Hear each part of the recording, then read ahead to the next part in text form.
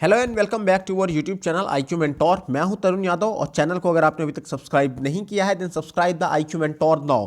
सो guys, आज है 18 दिसंबर 2021 और 18 दिसंबर से आप लोगों के जितने भी इंपॉर्टेंट करंट अफेयर क्वेश्चन बनेंगे उन सभी को आज के सेशन हम लोग डिस्कस करने वाले हैं। इस सेशन की सबसे खास बात ये रहेगी कि इसमें आपको करंट अफेयर के साथ साथ स्ट्रेटेजी को भी देखने को मिलेगा, जो कि बेस्ड होगा कंप्लीटली आपके लेटेस्ट एग्जामिनेशन ट्रेंड पे। तो अगर आप अपने कैरियर को लेकर के सच में सीरियस है, आप सच में एक अच्छी सरकारी नौकरी करना चाहते हैं, तो छोटी सी वीडियो को पूरा एंड तक जरूर देखना, क्योंकि इस वीडियो में आप लोगों के प्रतियोगी परीक्षाओं के लिए जो भी इंपॉर्टेंट पॉइंट हो सकता है, इंपॉर्टेंट फैक्ट हो सकता है, इंपॉर्टेंट क्वेश्चन हो सकता है, हर एक चीज को डाल दिया गया है। बहुत ही मेहनत के साथ ये कंटेंट तैयार किया गया है, तो इतनी मेहनत के लिए वीडियो को एक लाइक जरूर करना, पूरा एंड तक देखना। आप लोगों को लगे कि वीडियो बेहतरीन थी, आप लोगों के काम की थी, तो वीडियो को शेयर जरूर करना।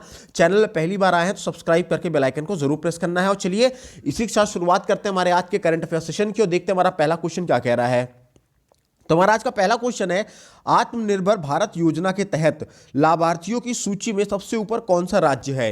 तो दोस्तों, आत्मनिर्भर भारत रोजगार योजना के तहत लाभार्थियों की सूची में सबसे ऊपर महाराष्ट्र है। कौन है? महाराष्ट्र है। इसके अलावा अगर एग्जाम में आप लोगों से पूछ ले कि इस लिस्ट में दूसरे नंबर पे कौन है, तो इस लिस्ट में दूसरे नंबर पे दोस्तों तमिलनाडु है।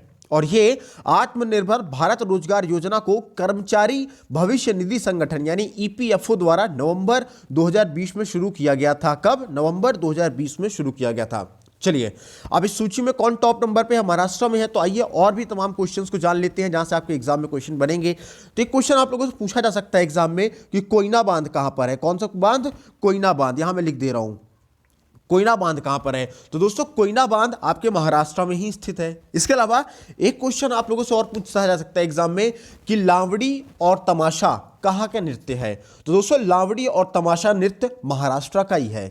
इसके अलावा एक क्वेश्चन महाराष्ट्र से और बन सकता है कि अभी हाल ही में महाराष्ट्र के किस उत्पाद को GI टैग दिया गया था। क्या?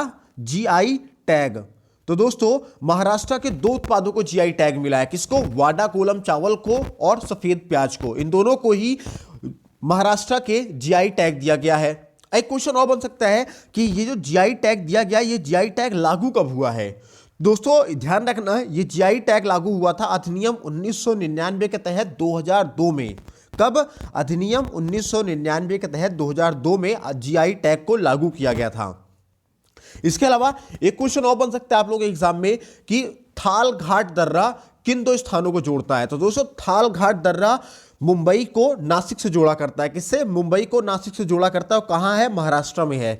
एक क्वेश्चन और बन सकता है एग्जाम में कि भोर घाट दर्रा कहां पर है। तो दोस्तों, भोर घाट दर्रा भी आपके महाराष्ट्र में है और ये मुंबई को पुणे से जोड़ने का काम करता है। किसको जोड़ता है? मुंबई को पुणे से जोड़ा करता है। थाल घाट दर्रा मुंबई को नासिक से जोड़ा और भोर घाट दर्रा मुंबई को पुणे से जोड़ने का काम कर रहा है। तो सारे पॉइंट्स, एक एक पॉइंट्स को ध्यानपूर्वक नोट कर लेना। वीडियो को एक बार फिर से पहले प्ले कर लेना अगर आप नहीं सुन पाए हो, और कॉपी पेन में नोट जरूर कर लेना, क्योंकि हर एक इंपॉर्टेंट पॉइंट को मैं कवर करा रहा हूं। चलिए, एक क्वेश्चन और बनता है कि हाल ही में किसे प्रतिष्ठित SJFI, क्या है? SJFI पदक 2021 प्रदान करने की घोषणा की गई है। तो दोस्तों, सुनील गावस्कर को, किसको? सुनील गावस्कर को प्रतिष्ठित SJFI पदक 2021 प्रदान करने की घोषणा की गई है। इसके अलावा यहां पे कुछ क्वेश्चंस और बन सकते हैं आप लोगों के एग्जाम के पॉइंट ऑफ व्यू से। एक क्वेश्चन ये बन सकता है कि 2021 का स्पोर्ट्समैन ऑफ द ईयर किसे दिया गया है। तो दोस्तों, 2021 का sportsman of the year Neeraj Chopra को दिया गया है। किसको? नीरज चोपड़ा को। एक क्वेश्चन और बन सकता है कि 2021 का women sports women of the year किसे दिया गया है। तो women sports women of the year Mirabai Chanu को दिया गया है। एक क्वेश्चन और बन सकता है आपके एग्जाम में कि 2021 का टीम ऑफ द ईयर किसे दिया गया है। तो दोस्तों, 2021 का टीम ऑफ द ईयर का अवार्ड भारतीय हॉकी टीम को दिया गया है। कुछ क्वेश्चन और भी हैं जो आपके एग्जाम में बन सकते हैं, उन्हें भी आइए जान लेते हैं। तो एक मेडल है जिसको हम लोग बोलते हैं मुलग मेडल। क्या बोलते हैं? मुलग मेडल। और ये ऑस्ट्रेलिया के द्वारा प्रदान किया जाता है। तो इस मेडल को इस बार किसे दिया गया है। तो दोस्तों, मुलग मेडल को ऑस्ट्रेलिया के द्वारा अजिंक्य रहाणे को दिया गया है। किसको? अजिंक्य रहाणे को दिया गया है। एक क्वेश्चन एग्जाम में और बन सकता है कि भी हाल ही में एक टेस्ट की पारी में 10 विकेट लेने वाले कौन गेंदबाज बने हैं। तो एक ही टेस्ट की पारी में 10 विकेट लेने वाले गेंदबाज का नाम है एजाज पटेल और वो न्यूजीलैंड के बॉलर हैं। एक क्वेश्चन और बन सकता है कि 2021 का या फिर हाल ही में किस क्रिकेटर को मेजर ध्यानचंद खेल रत्न पुरस्कार दिया गया है? तो दोस्तों मिताली राज को, ध्यान रखना, मिताली राज को मेजर ध्यानचंद खेल रत्न पुरस्कार दिया गया है 2021 का। एक क्वेश्चन और बन सकता है कि अभी तक कुल कितने खिलाड़ियों को खेल रत्न अवार्ड मिला है? तो अभी तक दोस्तों टोटल 12 खिलाड़ियों को, कितने को? 12 खिलाड़ियों को खेल रत्न अवार्ड मिला है। चलिए अब हमारा नेक्स्ट क्वेश्चन कहता है, आइए देखते हैं। नेक्स्ट क्वेश्चन है दोस्तों कि व्यक्तिगत उपयोग के लिए भांग की खेती और उपयोग को वैध बनाने वाला पहला यूरोपीय देश कौन बन जाएगा? तो दोस्तों माल्टा बनेगा। कौन? माल्टा। जी हां दोस्तों, माल्टा व्यक्तिगत उपयोग के लिए भांग की खेती और उपयोग को वैध बनाने वाला पहला यूरोपीय देश बनेगा। कौन सा बनेगा? यूरोपीय देश। तो दोस्तों यूरोपीय देश की यहां बात की गई है। तो आइए और बहुत सारे पॉइंट्स को कवर कर लेते हैं जहां से आपके एग्जाम में क्वेश्चन बनेंगे। तो एक क्वेश्चन तो आपका यह बन जाएगा कि यूरोपीय संघ का मुख्यालय कहां है? यूरोपीय देश की बात की जा रही है, तो यह जानना भी बहुत ज्यादा इंपॉर्टेंट है कि यूरोपीय संघ का मुख्यालय कहां है। एग्जाम में कई बार पूछा गया है। तो दोस्तों यूरोपीय संघ का मुख्यालय है ब्रुसेल्स में। कहां पे? ब्रुसेल्स में है। एक क्वेश्चन और बन सकता है आपके एग्जाम में कि माउंट विसुवियस ज्वालामुखी कहां स्थित है? तो दोस्तों माउंट विसुवियस ज्वालामुखी इटली में स्थित है। एक क्वेश्चन और बन सकता है कि इटली की राजधानी रोम किस नदी के किनारे पर स्थित है? तो दोस्तों इटली की राजधानी रोम टाइबर नदी के किनारे पर स्थित है। कहां पे? टाइबर नदी के किनारे स्थित है। एक क्वेश्चन और बन सकता है दोस्तों, बहुत ही इंपॉर्टेंट क्वेश्चन बन सकता है कि यूरो कप, कौन सा कप? यूरो कप 2021 में विजेता कौन रहा है? तो यूरो कप 2021 में विजेता इटली ही रही है। और उप विजेता कौन रहा है? तो उप विजेता दोस्तों इंग्लैंड रहा है। क्या? इंग्लैंड रहा है। इसके अलावा एक बहुत ही इंपॉर्टेंट क्वेश्चन आपके एग्जाम में और बन सकता है कि 33वां, कौन सा? 33वां ग्रीष्मकालीन ओलंपिक कहां आयोजित होंगे? तो दोस्तों ग्रीष्मकालीन 33वां ग्रीष्मकालीन ओलंपिक पेरिस में आयोजित होगा। कहां पे? पेरिस में। और कब आयोजित होगा? तो 2024 में आयोजित होगा। कब? 2024 में। तो ये पूरा पॉइंट याद रखना बहुत इंपॉर्टेंट है कि 33वें ग्रीष्मकालीन ओलंपिक का आयोजन पेरिस में होगा और 2024 में होगा। एक क्वेश्चन और बन सकता है दोस्तों आप लोगों का कि यूनेस्को का मुख्यालय कहां है? तो दोस्तों यूनेस्को का मुख्यालय आपके पेरिस में है। ध्यान रखना, यूनेस्को का मुख्यालय कहां है? तो पेरिस में है। और ये कई बार एग्जाम में पूछा जा चुका है, इसलिए इसको नोट जरूर कर लेना। यूनेस्को का मुख्यालय कहां है? तो पेरिस में है। चलिए अब आगे की तरफ बढ़ते हैं और नेक्स्ट क्वेश्चन को देखते हैं क्या कह रहा है। तो नेक्स्ट क्वेश्चन हमारा है कि 14 दिसंबर 2021 को लद्दाख का पहला एफएम रेडियो स्टेशन कहां पर लॉन्च किया गया है? तो दोस्तों 14 दिसंबर 2021 को लद्दाख का पहला एफएम रेडियो स्टेशन लेह में लॉन्च किया गया है। कहां पे? लेह में। और इसका नाम क्या है? तो इसका नाम है टॉप 91.1 एफएम। क्या है? टॉप 91.1 एफएम नाम है। ठीक है ना। अब चलिए थोड़ा सा और भी क्वेश्चंस को कवर कर लेते हैं। तो पहले तो आप ये जानो कि एफएम की शुरुआत की गई है, तो एफएम का फुल फॉर्म आप जान लो। एफएम, इसको इंग्लिश में हम लोग लिखा करते हैं। तो एफ से होता है फ्रीक्वेंसी, एम से होता है मॉड्यूलेशन। क्या? एफ से होता है फ्रीक्वेंसी, एम से होता है मॉड्यूलेशन। तो इसका फुल फॉर्म हो गया फ्रीक्वेंसी मॉड्यूलेशन। एक क्वेश्चन और बन सकता है यहां पे कि भारत में एफएम की शुरुआत कब से हुई थी? तो भारत में एफएम की शुरुआत दोस्तों 1977 से हुई थी। कब से? 1977 से हुई थी। इसके अलावा एक क्वेश्चन और बन सकता है आप लोगों का कि आइस हॉकी चैंपियनशिप का आयोजन कहां हुआ है? तो दोस्तों आइस हॉकी चैंपियनशिप का आयोजन आपके लद्दाख में ही हुआ है। कहां पे? लद्दाख में हुआ है। एक क्वेश्चन और बन सकता है आप लोग एग्जाम में कि जोजिला दर्रा कहां पर है? तो दोस्तों जोजिला दर्रा आपके जम्मू एंड कश्मीर में है और ये श्रीनगर को लेह से जोड़ने का काम करता है। किसको? श्रीनगर को लेह से जोड़ने का काम करता है। कौन? जोजिला दर्रा। और कहां है? जम्मू एंड कश्मीर में है। चलिए अब बढ़ते हैं हमारे नेक्स्ट क्वेश्चन तरफ। आप लोग देख रहे हो कितने बेहतरीन ढंग से चीजों को उठाया जा रहा है, सेट किया जा रहा है। इतनी मेहनत की एक लाइक तो जरूर कर देना, वीडियो को शेयर जरूर करना यार। ठीक है ना, आप लोग शेयर बहुत कम करते हो। चलिए क्वेश्चन कह रहा है हाल ही में चर्चा में रहा अस्कोट वन्य जीव अभ्यारण्य किस राज्य में स्थित है? तो दोस्तों अस्कोट वन्य जीव अभ्यारण्य आपके उत्तराखंड राज्य में स्थित है। कहां पे? उत्तराखंड में स्थित है। और दोस्तों उत्तराखंड में कहां पे? तो उत्तराखंड के पिथौरागढ़ जिले में स्थित है। अब क्वेश्चन ये बनता है कि अस्कोट वन्यजीव अभ्यारण्य इतना चर्चे में क्यों रहा है? तो दोस्तों चर्चे में इसलिए है क्योंकि इसे भी हाल ही में इको सेंसिटिव जोन घोषित किया गया है। कौन सा? इको सेंसिटिव जोन घोषित किया गया है क्योंकि इस वन्यजीव अभ्यारण्य में कस्तूरी मृग पाए जाते हैं। कौन से मृग? कस्तूरी मृग पाए जाते हैं। और इसकी वजह से इसको इको सेंसिटिव जोन घोषित किया गया है। क्या? इको सेंसिटिव जोन घोषित किया गया है। चलिए कुछ और भी जानकारियां हैं वो भी आइए जान लेते हैं। तो आप लोगों ने सुना होगा कि काला पानी की सजा दी जाएगी। तो ये जो काला पानी स्थान है ये आपके कहाँ है? तो उत्तराखंड में ही स्थित है, ध्यान रखना। एक क्वेश्चन एग्जाम में आप लोगों से और बन सकता है, कई बार पूछा भी जा चुका है कि लिपुलेख दर्रा किन दो देशों के मध्य है? तो दोस्तों लिपुलेख दर्रा भारत और चाइना के मध्य है। और कहां पर स्थित है? तो उत्तराखंड में ही स्थित है, ठीक है ना, ध्यान रखना। लिपुलेख दर्रा कहां है? तो उत्तराखंड में है। और ये किन दो देशों को जोड़ता है? तो भारत और चाइना को जोड़ा करता है।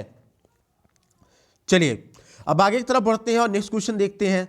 तो नेक्स्ट क्वेश्चन हमारा कह रहा है प्रतिवर्ष गोवा मुक्ति दिवस कब मनाया जाता है? तो दोस्तों प्रतिवर्ष गोवा मुक्ति दिवस 19 दिसंबर को मनाया जाता है। कब? 19 दिसंबर को मनाया जाता है, क्योंकि दोस्तों 19 दिसंबर 1961 को ऑपरेशन विजय के माध्यम से गोवा को पुर्तगालियों के कब्जे से आजाद करवाया गया था। और 30 मई 1987 को गोवा को एक राज्य का दर्जा भी मिला था। इसीलिए इन दोनों तारीखों को याद जरूर रखना कि गोवा मुक्ति दिवस अगर आप लोगों से एग्जाम में पूछेगा तो गोवा मुक्ति दिवस है 19 दिसंबर।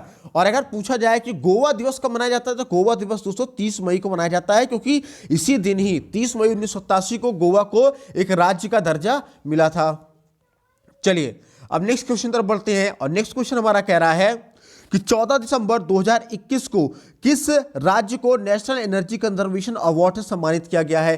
तो दोस्तों 14 दिसंबर 2021 को राजस्थान को, किसको? राजस्थान को ऊर्जा मंत्री आर.के. सिंह के द्वारा इस अवार्ड को दिया गया है, याद रखना। बहुत ही इंपॉर्टेंट पॉइंट बन जाता है। इसके अलावा एक क्वेश्चन और बन सकता है कि बहुत ही चर्चा में रहा है कि चिरंजीवी योजना किस राज्य की सरकार ने शुरू किया था? तो दोस्तों चिरंजीवी योजना राजस्थान राज्य की सरकार की योजना है। और ये इतना चर्चे में क्यों है? क्योंकि दोस्तों इसी चिरंजीवी योजना के तहत ही राजस्थान सरकार ने सभी लोगों को, मतलब राजस्थान के सभी लोगों को स्वास्थ्य बीमा उपलब्ध करवाने वाला भारत का पहला राज्य बना है, ठीक है ना। तो राजस्थान राज्य सभी लोगों को, अपने राज्य के सभी लोगों को स्वास्थ्य बीमा उपलब्ध कराने वाला पहला राज्य बन गया है। और किस योजना के तहत बना है? तो चिरंजीवी योजना के तहत बना है। तो ये पॉइंट भी बहुत इंपॉर्टेंट है और कुछ दिन पहले मैंने करंट अफेयर के कुछ सेशन में ही, करंट अफेयर की श्रृंखला में ही मैंने इसको करवाया भी था। चलिए आगे की तरफ बढ़ते हैं और नेक्स्ट क्वेश्चन देखते हैं। तो नेक्स्ट क्वेश्चन हमारा कह रहा है 15 दिसंबर 2021 को केंद्रीय मंत्रिमंडल ने लड़कियों की शादी की उम्र 18 से बढ़ाकर कितने वर्ष करने का प्रस्ताव पारित किया है? तो दोस्तों 15 दिसंबर 2021 को केंद्रीय मंत्रिमंडल ने लड़कियों की शादी की उम्र 18 वर्ष से बढ़ा करके 21 वर्ष करने का प्रस्ताव पारित किया है। और दोस्तों एक बहुत इंपॉर्टेंट क्वेश्चन बनेगा, उसको नोट जरूर कर लेना कि जया जेटली की समिति की सिफारिश पर इस फैसले को लिया गया। तो ये क्वेश्चन जरूर पूछा जा सकता है कि किसकी सिफारिश पर यह फैसला लिया गया? तो जया जेटली की समिति की सिफारिश पर यह फैसला लिया गया है कि लड़कियों की जो शादी की उम्र है वो 18 से बढ़ाकर 21 वर्ष कर दी जाए। चलिए एक क्वेश्चन और बन सकता है यहां पे कि वोट डालने की उम्र को 21 वर्ष से घटा करके 18 वर्ष करना किस संविधान संशोधन के द्वारा किया गया है? तो दोस्तों याद रखना 61वें संविधान संशोधन के द्वारा वोट डालने की उम्र को 21 वर्ष से घटा करके 18 वर्ष कर दिया गया था। कब? 61वें संविधान संशोधन के द्वारा। एक क्वेश्चन और बन सकता है कि राष्ट्रपति बनने के लिए न्यूनतम आयु कितनी होनी चाहिए? तो राष्ट्रपति बनने के लिए न्यूनतम आयु 35 वर्ष होनी चाहिए। और ये सारे पॉइंट मैं इसलिए उठा रहा हूं क्योंकि इनमें से क्वेश्चन आपके एग्जाम में पूछे जा चुके हैं। चलिए नेक्स्ट क्वेश्चन तरफ बढ़ते हैं और नेक्स्ट क्वेश्चन देखते हैं हमारा क्या कह रहा है। तो नेक्स्ट क्वेश्चन है हाल ही में किसे 4 रनवे वाला देश का पहला हवाई अड्डा बनाया गया है? तो दोस्तों इंदिरा गांधी इंटरनेशनल एयरपोर्ट को, किसको? इंदिरा गांधी इंटरनेशनल एयरपोर्ट को 4 रनवे वाला देश का पहला हवाई अड्डा बनाया गया है।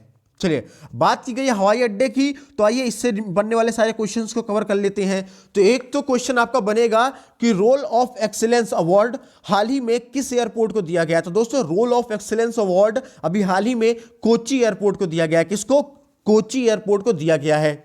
एक क्वेश्चन और बन सकता है आपके एग्जाम में कि गोपीनाथ बारदोलाई एयरपोर्ट कहां पर स्थित है? गोपीनाथ बारदोलाई एयरपोर्ट असम में स्थित है। इसके अलावा एक बहुत इंपॉर्टेंट क्वेश्चन बन सकता है कि 5 अंतरराष्ट्रीय एयरपोर्ट वाला भारत का पहला राज्य कौन सा बना है? तो 5 अंतरराष्ट्रीय एयरपोर्ट वाला भारत का पहला राज्य उत्तर प्रदेश बना है। कौन बना है दोस्तों? उत्तर प्रदेश बना है। चलिए नेक्स्ट क्वेश्चन है हमारा और आखिरी क्वेश्चन है, हाल ही में यूनेस्को की मानवता की अमूर्त सांस्कृतिक विरासत की प्रतिष्ठा प्रतिनिधि सूची में किसे भारत की 14वीं विरासत शामिल किया गया है? तो दोस्तों दुर्गा पूजा को, किसको? दुर्गा पूजा को भारत की 14वीं विरासत शामिल किया गया है। जी हाँ दोस्तों, दुर्गा पूजा एशिया का पहला त्योहार है जिसे यूनेस्को की अमूर्त धरोहर में शामिल किया गया है। ठीक है ना, तो याद रखना। चलिए इसके अलावा कुछ और भी पॉइंट्स को कवर कर लेते हैं। तो एक क्वेश्चन यहाँ पे और बनता है कि भारत के कौन कौन से शहर यूनेस्को वर्ल्ड हेरिटेज में शामिल है। तो दोस्तों भारत कुल 2 शहर हैं जो यूनेस्को वर्ल्ड हेरिटेज में शामिल है। पहला कौन है? तो पहला अहमदाबाद है। दूसरा कौन है? दूसरा जयपुर है। अहमदाबाद को कब शामिल किया गया था? तो दोस्तों अहमदाबाद को 2017 में शामिल किया गया था। और जयपुर को कब शामिल किया गया था? तो जयपुर को 2019 में शामिल किया गया था। तो याद रखना इस पॉइंट को। इसके अलावा एक क्वेश्चन और बन सकता है एग्जाम में कि यूनेस्को वर्ल्ड हेरिटेज में शामिल भारत की एकमात्र मिश्रित विरासत कौन सी है? तो दोस्तों वो है कंचनजंगा। कौन है? कंचनजंगा। जी हां दोस्तों, यूनेस्को वर्ल्ड हेरिटेज में शामिल भारत की एकमात्र मिश्रित विरासत कंचनजंगा है। तो उम्मीद करता हूं सेशन आपको पसंद आया होगा। ये करंट अफेयर का सेशन बहुत ही दमदार रहा है। हर उसके पॉइंट को कवर किया गया जहां से आपके क्वेश्चन बन सकते हैं। तो चलिए मिलते हैं अगले सेशन में। तो अपना ख्याल रखिए, स्वस्थ रहिए, मस्त रहिए, वीडियो शेयर करते रहिए। और इसकी पीडीएफ चाहिए होगा तो आप हमारे Telegram channel IQ mentor exam world, IQ mentor exam world इस नाम से हमारा टेलीग्राम चैनल है और फेसबुक पेज है। तो दोनों जगह पर जाकर आप हमसे ज्वाइन हो जाना और दोनों ही जगह पर आपको हमारे वीडियो की पीडीएफ आपको मिल जाएगी। इसके अलावा पर्सनली आप हमसे जुड़ना चाहते हैं तो नीचे व्हाट्सएप नंबरों पे कैपिटल लेटर में JOIN ज्वाइन लिख के मैसेज कर दीजिएगा। आप हमसे डायरेक्टली इंटरेक्ट हो सकते हैं और आप हमको अब इंस्टाग्राम पे भी फॉलो कर सकते हैं। तो चलिए मिलेंगे अगले सेशन में। वीडियो को शेयर करना बिल्कुल नहीं भूलिएगा। जय हिंद दोस्तों।